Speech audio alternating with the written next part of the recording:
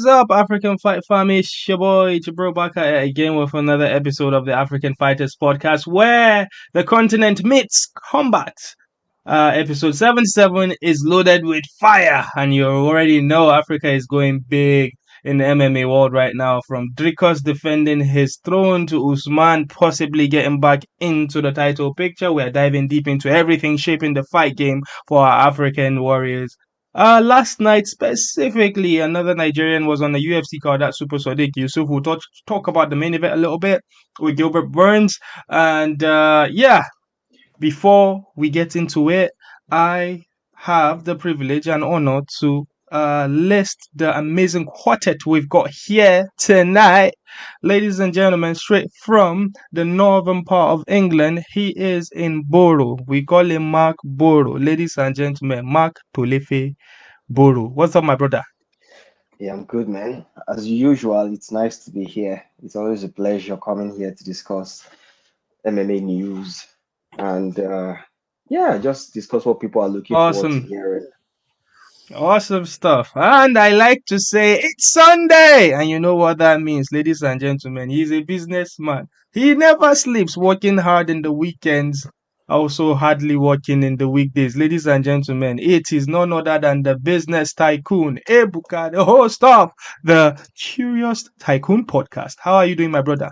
I am doing great, bro. Thank you so much for having me on here. You know, it's the world of fights, right? Is an ever-changing world. So yeah, we're back again, bro. Another one. Let's go. Let's go. Yeah, if you are watching us live right now, please do us a solid, hit the like button, subscribe, do all the good stuff for us. We really, really appreciate it. Yes! Before we get into what a lot of people would have clicked this video for, that is Dricus, let's quickly do a recap of what happened last night.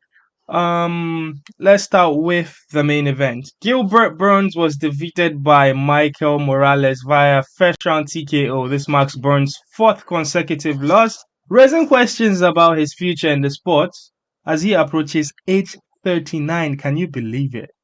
Dude, I think we are getting old. It just feels like yesterday during the pandemic when we saw Gilbert Burns versus Usman. He was a title contender at that time.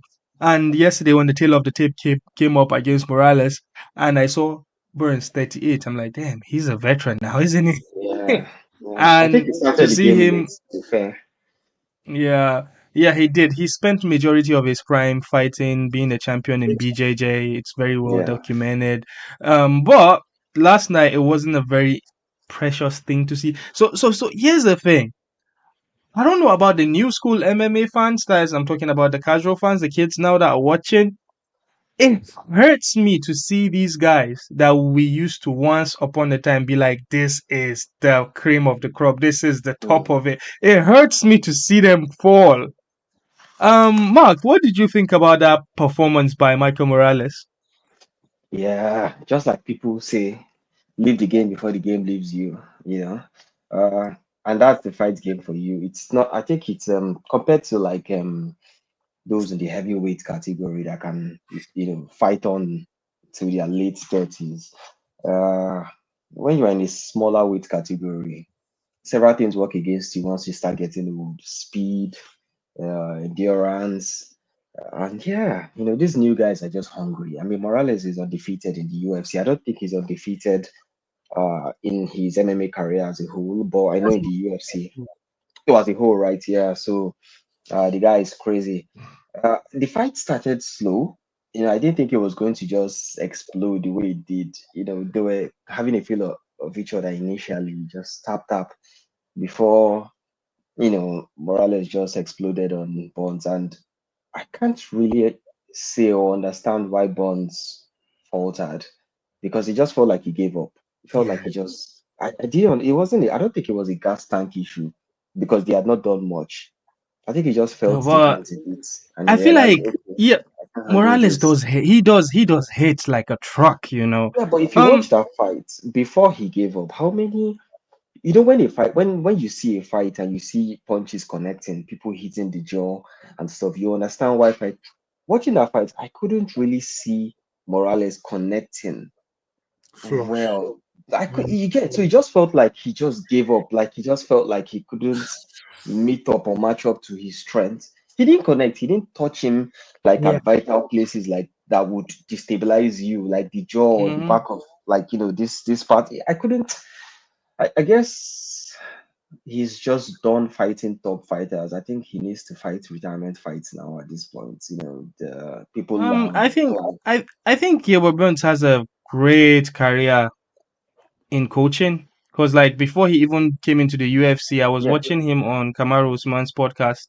He was talking about he was a coach in the Ultimate Fighter for BJJ for grappling when he was a BJJ yeah. champ.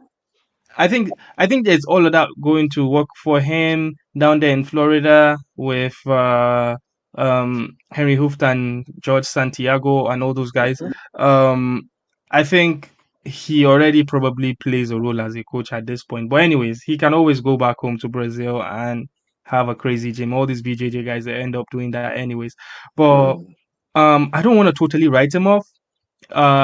There might be a Ah, chance where I see him jumping back to lightweight because he used to be a lightweight before he became a welterweight. And yeah, yesterday, but what I saw Morales being significantly larger than him. It might be yeah, a thing that Morales is killing himself to make weight, but it, yeah. it did look like that. But I but think but Morales Ebuka, is what way say you? bigger. Oh, sorry. Yeah. Yeah, that last point. It was just something that came to my mind. Morales was significantly bigger. And when you look at Bonds, it looks like something is a bit off as well with his build now.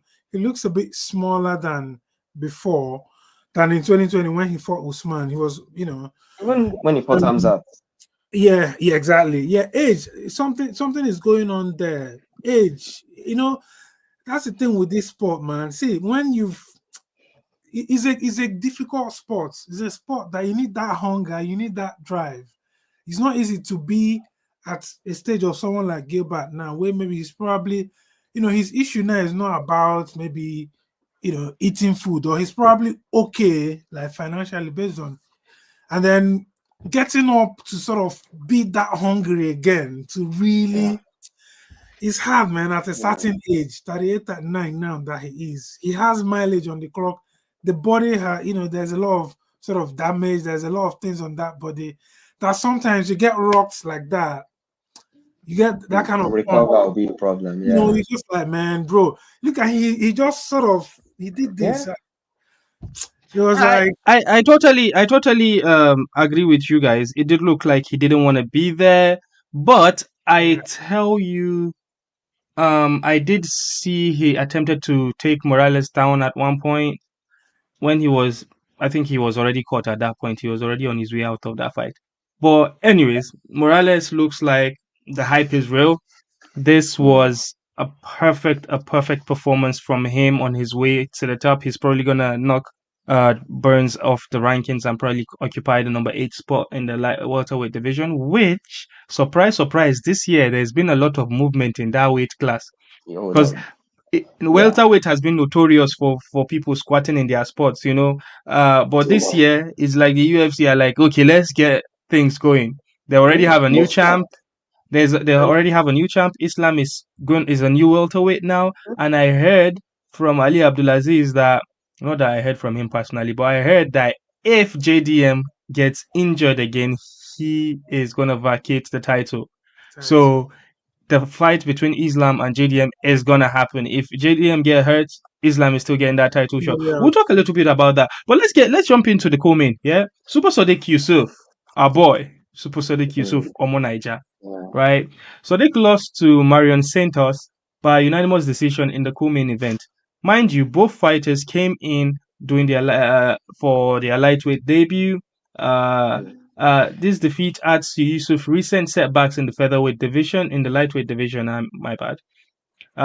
Yusuf, known as Super, is currently navigating a challenging period in his UFC career. Once a rising star in the featherweight division, Yusuf encountered setbacks in his recent bouts. Right, so his last 3 fights now are all L's, which obviously Mariah Santos suffered a first round TKO loss to Diogo Lopez in UFC 300. Remember that one? Uh, yeah, dropped yeah. dropped to unanimous decision against Edson Barboza in that incredible main event they had where they kicked each other's legs. Now changing a weight class did not change the result it was another first round loss for Sadiq. Mm. And just like Gilbert Burns, he looked small. I don't know if he has not had enough time to add to the build of a lightweight, but he did look small versus against Myron Yeah. Santos, who looks like a sniper. That kid or that man, he picks his shots. He doesn't panic. He doesn't flinch. He doesn't bite for feints. I was watching him. He was the coolest guy in that whole arena. His striking were on point. He was not wasting any motion. He was clipping. His jabs were like snipping into the jaws of Sadiq. Like there was no telegraph. It was just landing. The calf kicks, the effortless head kicks. It was a dominant performance. Sadiq, Yeah. we know him as a striker. We know him as a striker, and I think I heard the commentary saying Sadiq said he's going to wrestle. He did try to wrestle, but that didn't work because the takedown defense of that Brazilian guy was it Brazilian Colombian, I believe. That Colombian guy was on point. Um, Mark, let me go to Mark first. Mark, your Yoruba brother. Not that he's not my brother, oh boy, he's more of your brother than my brother. I'm not Yoruba, but okay. Oh, you know Yoruba? Okay. Inside the three of us, you are the closest to Yoruba. Uh, what did you think about Sadiq's performance, and what were your thoughts watching it? Now, personally, I've always been against Sadiq moving to lightweight. I feel like his power would not translate. And, Yeah. I think for Sadiq, his style of fight is just centered around brawling and being a power puncher. He doesn't kick that much. He doesn't really wrestle that much. He tries, but he's not like a wrestler. Like he's not a specialty wrestler. So once he can't impose himself with his power, then that's it. And that was exactly what happened. Um, Featherweight is better for him, where he has that strength. That's all, and it's the same thing people fear with someone like Ilia moving to lightweight as well. If his power would, be effective there. I just feel like for Sadiq, his problem is just fighting top fighters, like top contenders. He would be okay fighting people a bit below, but I don't think he can get to the top in any division, be it featherweight or lightweight. He will just be hanging somewhere. Unfortunately, as unfortunate as it sounds, but if we are being realistic with the way he fights, he's not that much of a technical fighter. So he's not a wrestler because obviously in MMA, wrestling is the base. If you cannot impose your wrestling style and your striking style is not that effective as well, then what is the hope for you? And that's where Sadiq is, unfortunately. Hmm. Yeah. Before I pass to you, Ebuka, I kind of see what you mean because, like, following his career, he came out Dana White Contender Series. He had like one of the best matches ever in the history of Dana White Contender Series, and like he was like improving every time we saw him again in the UFC. He was constantly improving, and it got to a point where I don't want to put excuses for him, but he has suffered some adversity in his Yeah, the life, Lucas fight health was wise. There was a point he was out for like 15 months because he was like nursing something that they did not disclose properly. At some points they were saying he might likely retire. mm, um that is when we started noticing the, I don't know, should I say the decline or the stagnant? He was being stagnant because this fight game, Yeah. the thing is, yeah. the kids of nowadays, a young 20-year-old MMA fighter of today Hmm. will kick the ass of an MMA fighter that is at the top 10 years ago, Yes, because because they're well because of rounded now. how the fight is, how the skills are being evolving, more well-rounded.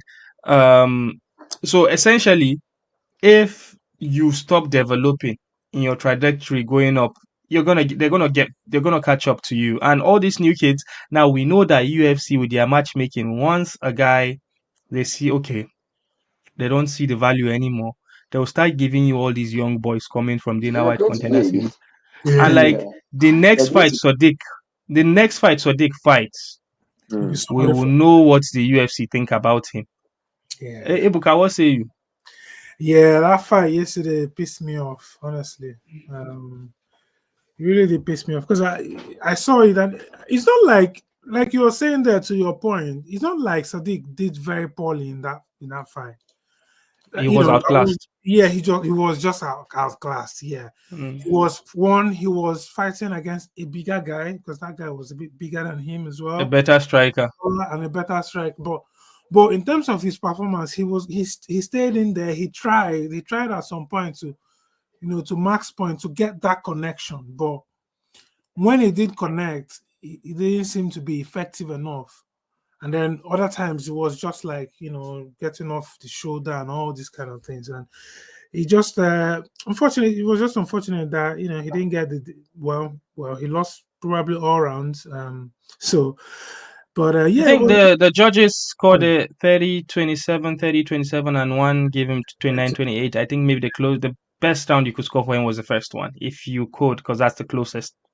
yeah, true. It's like his first loss was against Jack Shaw. I remember very well that fight. He was at some point he was on a 7-5 or 8-5, like 7-0, something like that, undefeated in the UFC until he fought that fight, which I remember very well because they were both undefeated in that fight. Sadiq against Jack Shaw, who is I think a Welsh guy. And and then ever since then, it's just Oh no. It wasn't sure. It was I'm not sure. it I was know the British guy. it was a No. British. I No, remember. I wasn't No, sure. no, no. It was Alan. What's his name? Allen. It was Alan. Allen. It was Josh Alan. Allen, Abi? Yeah, Yeah. Alan. Yeah, the UK Yeah, guy. okay. Yeah, The Alan. UK guy, the boring one. I know very well. It was Well, actually, the Brits are fun, but yeah. that Even guy that is guy like the now is no that guy is more. like is like the evil wave of England. It's no That's more what on that Alan. as well. Please, please. It's a difficult sport, honestly. It's not like any other sport, like football, basketball. Sometimes you can see, people sort of come back. There's a point in this sport that when you get to, and it's difficult to come back. It's difficult to sort of Yeah, I say mean, Khabib said it. there's a mindset thing that you'll be at. It's difficult for you to come back from it.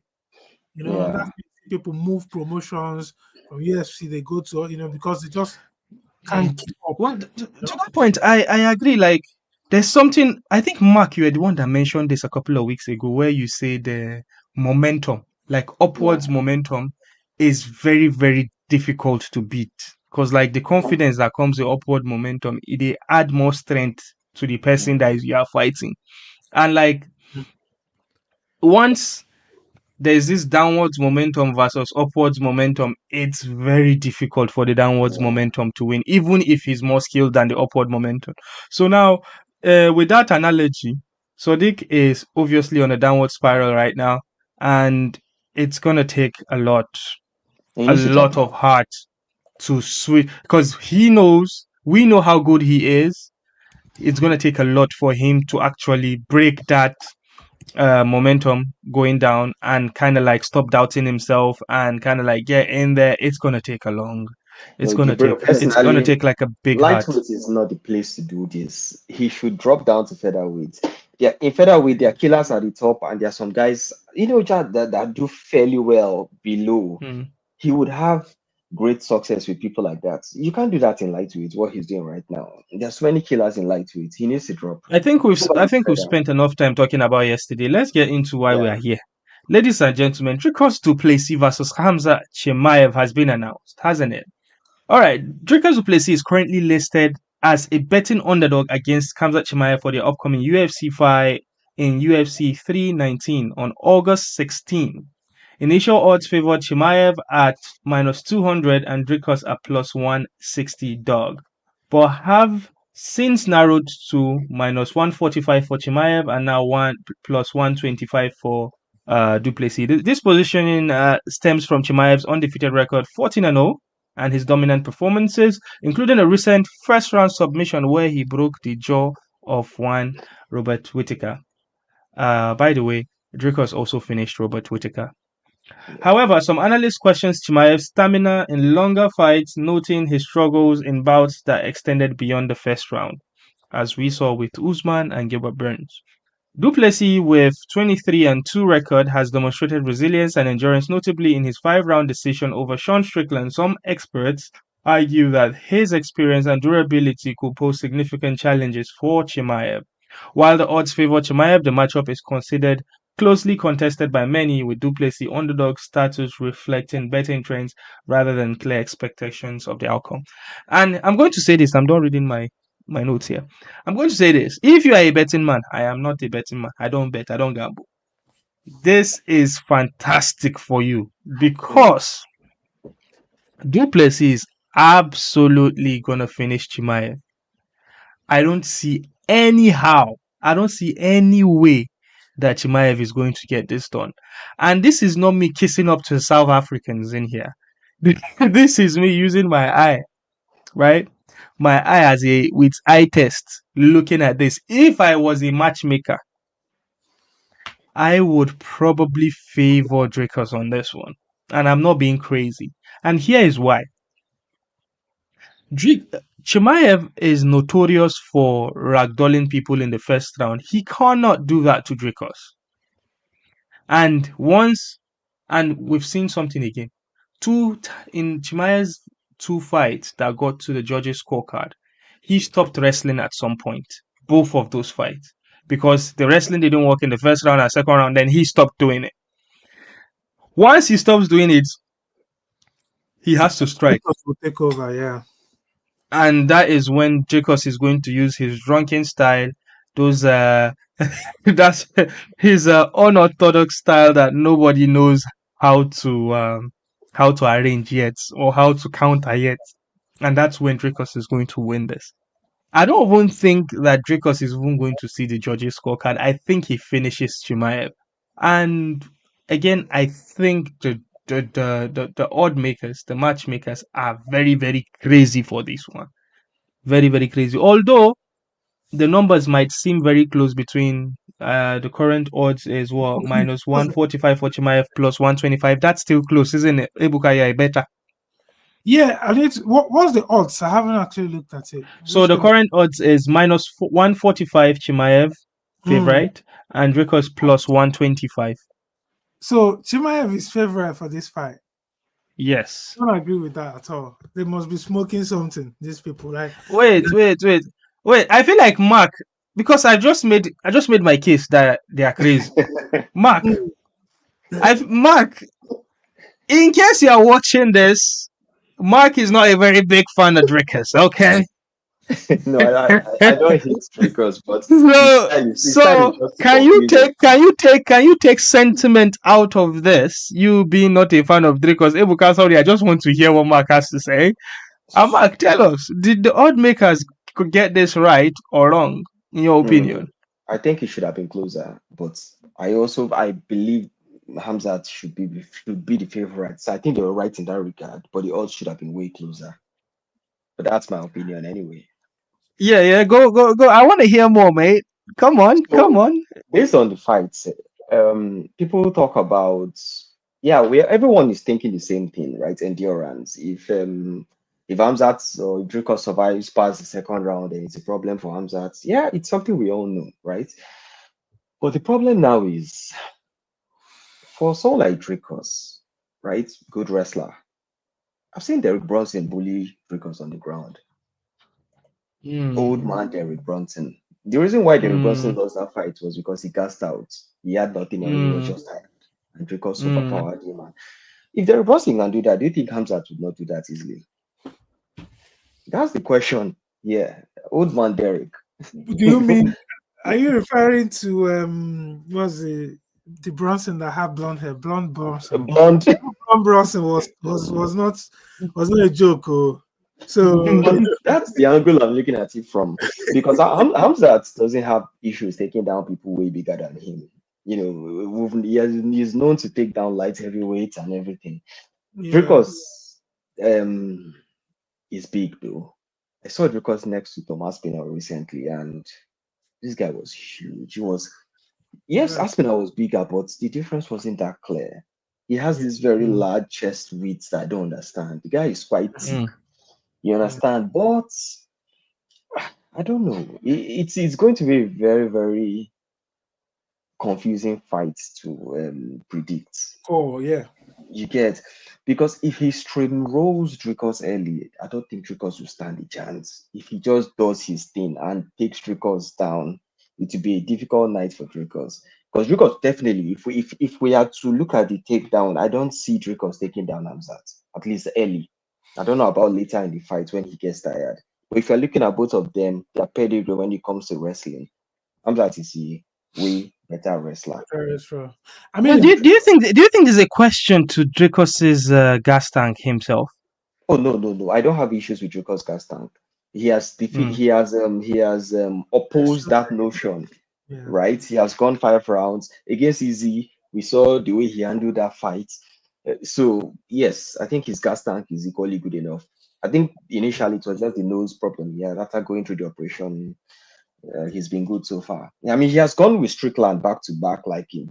I mean, the two fights, and he survived. He fought Strickland, who is known to have a good gas tank. So he's Yeah, yeah, the second Strickland fight was a bit forgettable because, like, earlier today I was thinking, wait, I was like, wait, did he actually fight Strickland again? Did they have a yeah. rematch? Strickland was I disappointing. actually, It was I, extremely I forgot, disappointing. I forgot about that fight. I was like, was that a finish or was that a decision? I I had have to a Disappointing. look it up. theory that might be controversial though. I don't think Yes, please, I please give us the controversy. the fight is not going to happen. Yeah. Hmm. So Dracos Let me posted tell you. something recently It's not going to that I happen. guess I'm fighting him above, right? It was a Somebody will joke. pull out. It was a joke. Yeah, after they announced him above as the backup fighter, he What? posted it that I guess I'm fighting him above then. Oh yeah. I understand. I understand the joke You know, because okay. So here's the thing. Chimaev is never fought in the USA in a long time because of that visa ban, blah blah blah. And now Donald Trump is president. Donald Trump is best friends with Dana White, and now Donald Trump can pull strings. Donald Trump can pull strings so far. The string can be long. The string will reach South Africa that he will be giving white South Africans, refugees, and receiving them at the airports with presidential handshakes, or I should say, some presidential vehicles to pick them up. Anyways, I'm just saying this to make a point that Chimaev has been cleared. There's a lot of tapes that had to be jumped or that had to be peeled to get him to actually fight in America again. And the UFC were always cautious about, okay, we cannot have a champion that cannot travel.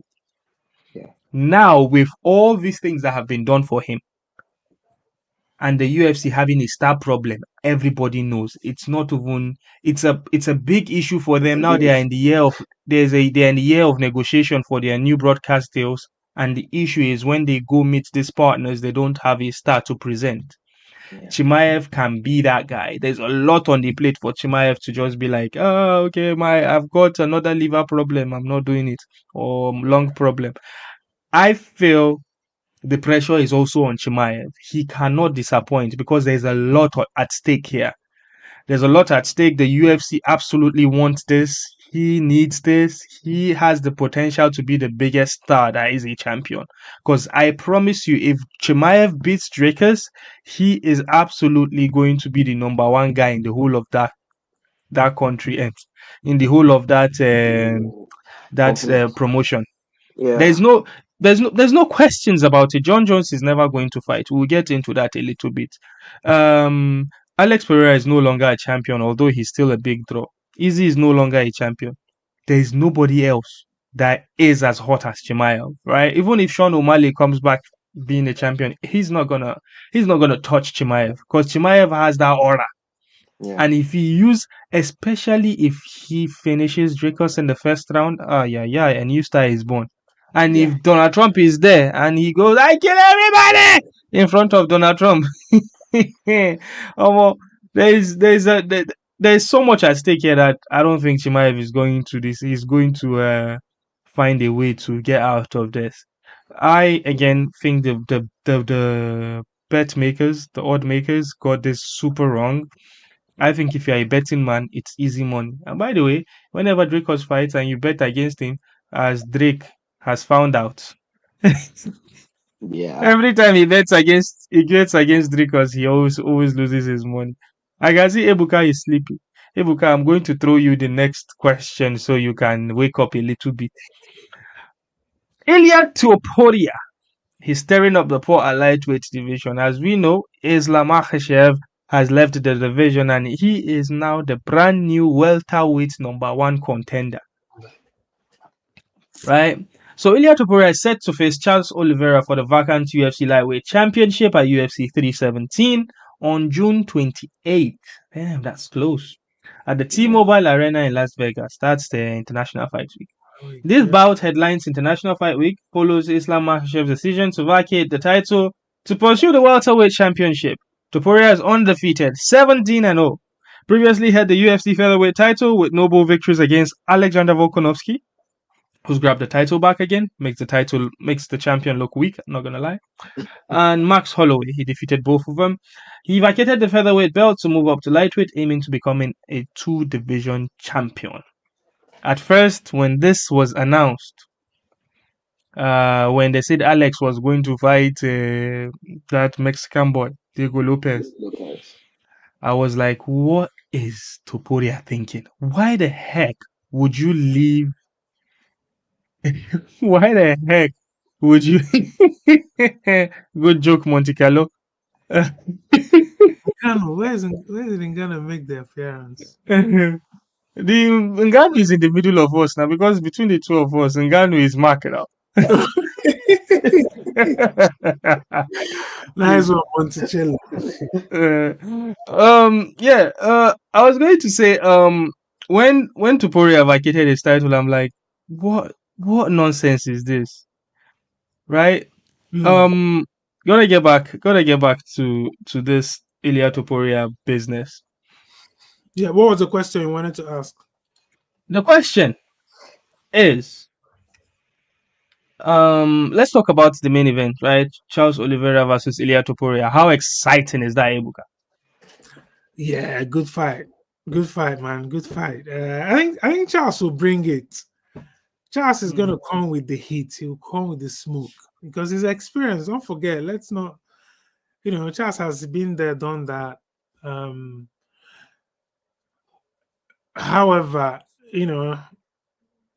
I still think obviously he wins. I still think Ilia wins the fight, and I also think that like we were talking in the chat the other day, these guys, these Dagestani guys, I think that this guy is running. I think Islam is running.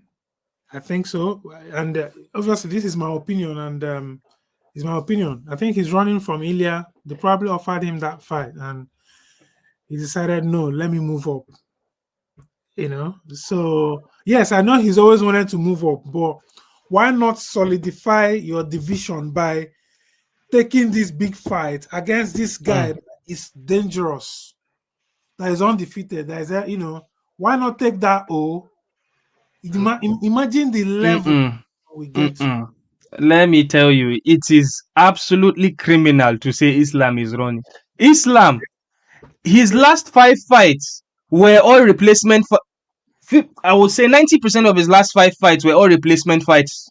He was the guy that a champion that will say, "I will fight whoever you bring." He says he says.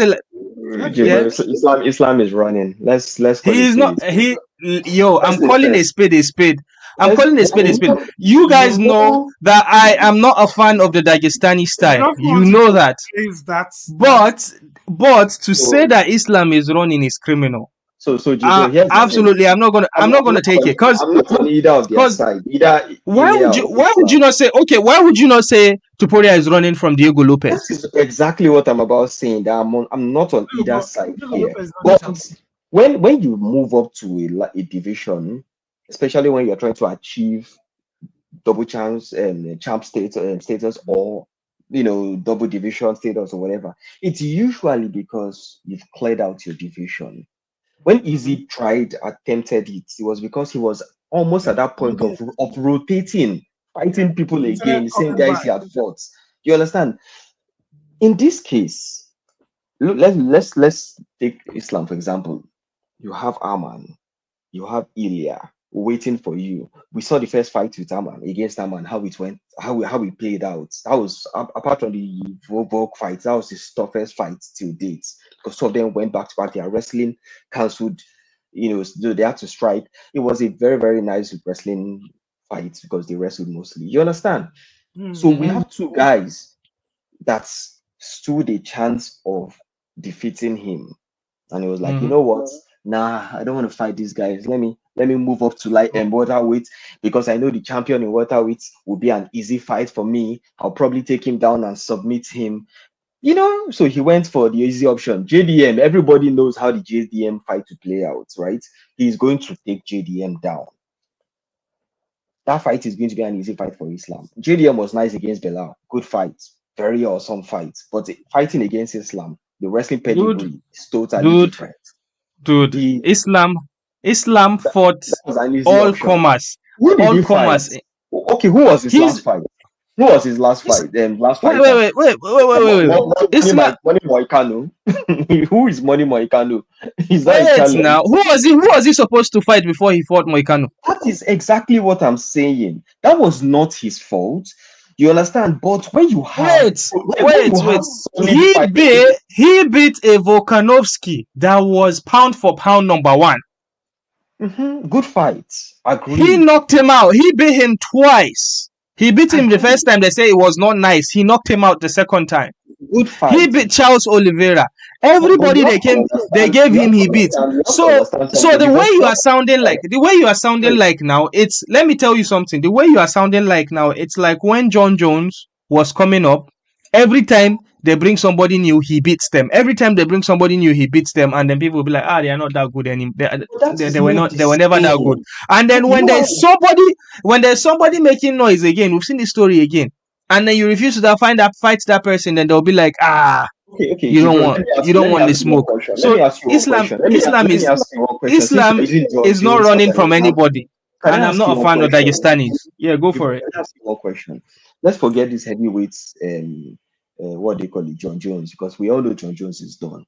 When Jon Jones was in his prime as a light heavyweight, can you mention one fighter that he dogged throughout his light heavyweight career that he did not fight? Jon Jones fought every generation, from the old comers to his time, and people that came during the new guys. Who did he dog? He cleared out his division. Who did Islam dog? He's not talking Arman. As he fought Ilia. These are active fighters in his How did he dog Arman? So here's the thing. Let me explain something to you. As a fighter, it's difficult to make weight, right? We all know that. He has been fighting all comers that has been given to him. He's never said no.